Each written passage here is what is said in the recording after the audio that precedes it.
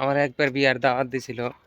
এই বিয়ের দাওয়াত খাওয়ার যাওয়ার জন্য প্রস্তুতি নিতেছিলাম। শুক্রবার দাওয়াত, নামাজ টামাজ পইরা বিয়ের দাওয়াত খাওয়ার জন্য মেলা দিন পরে গোস্ত ফাস্ত খাম, মাছ গোস্ত একবারে জম্মের খাওয়া খাইয়া ফেলা দিব। তো যাই হোক, নামাজ পড়ে বিয়ার খাওয়ার জন্য গেলাম।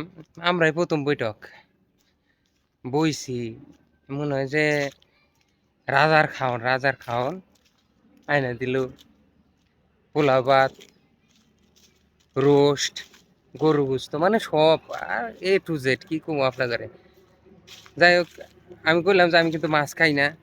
এই লোকটা আমার প্রথমেই মাছ তুলে দিল। এই সামান্য একটু পোলাও ভাতের ভিতরে মাছ তুলে দিল। তো ভাগ্যক্রমে মাছটা নিয়ে একটা কামড় দিছি।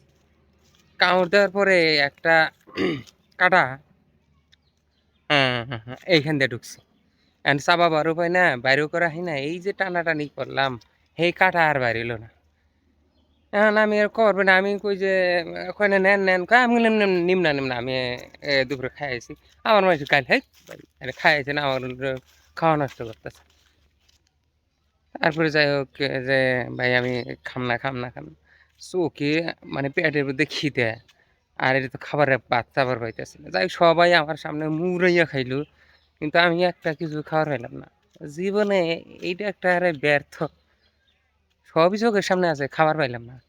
খাইয়া সবাই খায়, আধ দিয়ে নিয়েছি, আধ দিয়ে একটু কাঁটাটা বাইরে গেছে। দেখেন সে